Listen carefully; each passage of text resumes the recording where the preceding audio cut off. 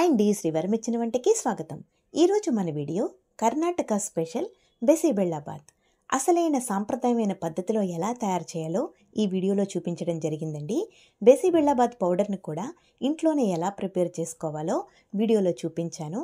మీకు కనుక వీడియో నచ్చినట్లయితే లైక్ చేయండి. బిసిబెళ్ళబాత్కి కావలసిన వస్తువులు: 200 గ్రాముల బియ్యం,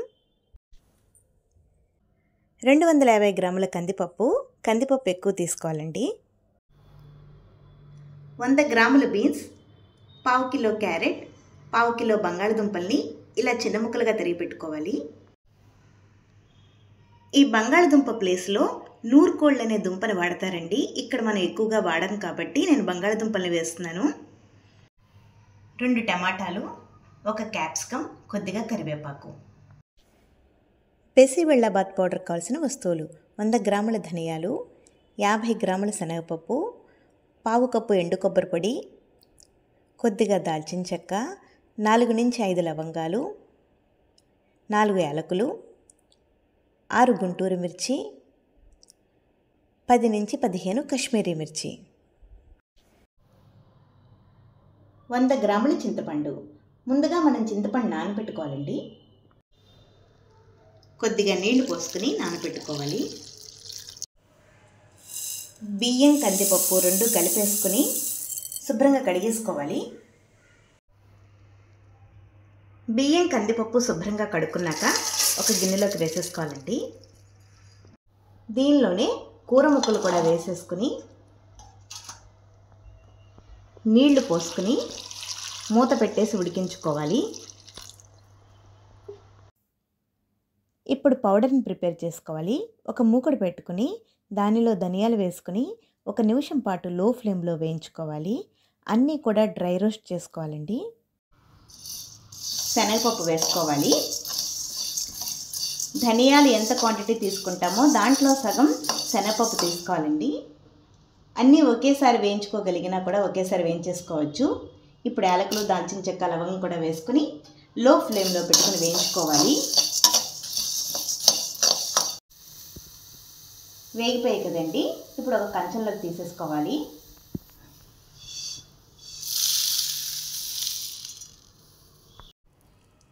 అదే మూకుళ్ళో కొద్దిగా నూనె వేసుకుని మిరపకాయలు వేయించుకోవాలండి. లో ఫ్లేమ్లోనే వేయించుకోవాలి. 1 స్పూన్ ఆయిల్ సరిపోతుందండి, ఎక్కువ అవసరం లేదు.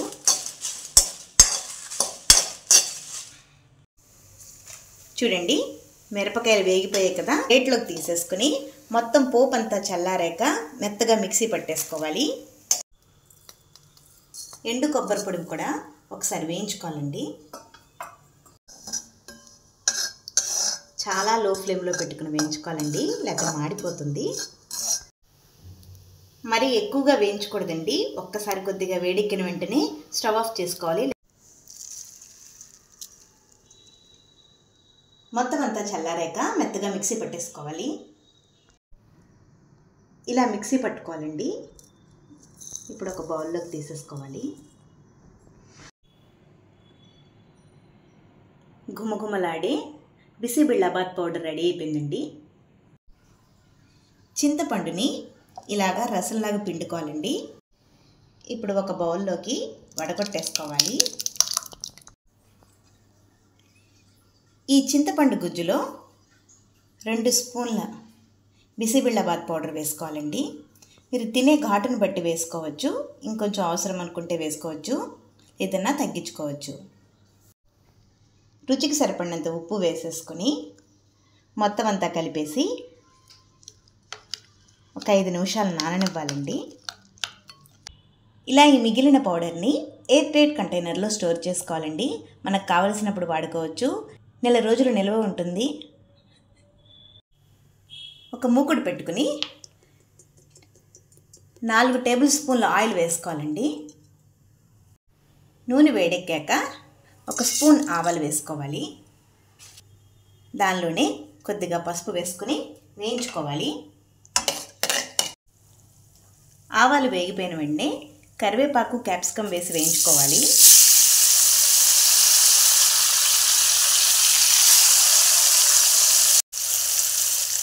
ఒక్క 2 నిమిషాలు వేగనివ్వాలండి.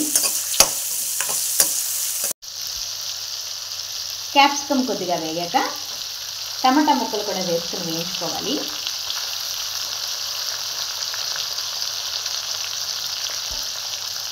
టమాటాలు కూడా మగ్గనివ్వాలి. టమాటా కూడా మగ్గిపోయాక ఈ రెడీగా చేసుకున్న చింతపండు పేస్ట్ మొత్తం వేసేసుకోవాలండి. మొత్తం అంతా ఒకసారి కలిపేసుకుని కొద్దిగా నీళ్లు పోసి ఉడికించుకోవాలండి. ఒక 5 నిమిషాలు ఉడకనివ్వాలి. మీడియం ఫ్లేమ్లో చింతపండు మొత్తాన్ని ఉడికించుకోవాలి. ఇలా ఉడుకుతున్నప్పుడే మనకి ఆ బిసిబిళ్ళబాత్ పౌడర్ వాసన గుమగుమలాడుతూ వస్తుందండి. చూడండి, ఇంకొంచెం సేపు బాగా మరగాలి. ఉడకకుండా కనుక వేసుకుంటే చింతపండు పచ్చివాసన ఉండిపోతుంది. ఇలా ఉడికించడం వల్ల చింతపండు వాసన అంతా కూడా పోతుంది.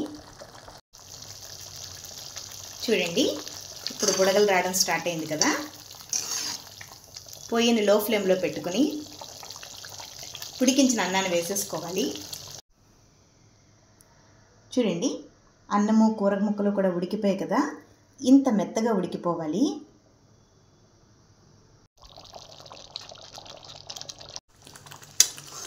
మొత్తం అంతా కలిపేసి కొద్దిగా నీళ్లు పోసి ఒక 5 నిమిషాలు మూత పెట్టేసి ఉడకనివ్వాలండి.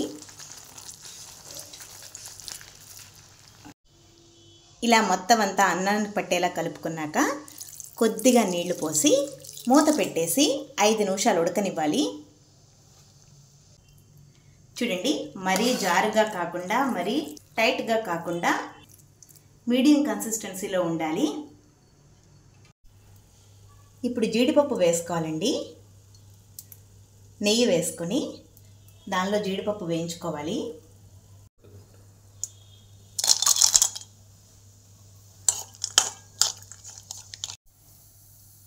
చూడండి, ఉడికిపోయింది కదా. ఇప్పుడు స్టవ్ ఆఫ్ చేసుకుని జీడిపప్పు వేసేసుకోవడమే. చూసారు కదండి, బిసిబెళ్ళబాత్ రెడీ అయిపోయింది. దీన్ని అప్పడంతో కానీ బూందీతో కానీ సర్వ్ చేస్తే చాలా టేస్టీగా ఉంటుంది. టేస్టీ అండ్ హెల్తీ ఈ బిసిబెళ్ళబాత్ వీడియో కనుక మీకు నచ్చినట్లయితే లైక్ చేయండి, షేర్ చేయండి, సబ్స్క్రైబ్ చేయడం మర్చిపోకండి. శ్రీవారి మెచ్చిన వంట. Thank you for watching.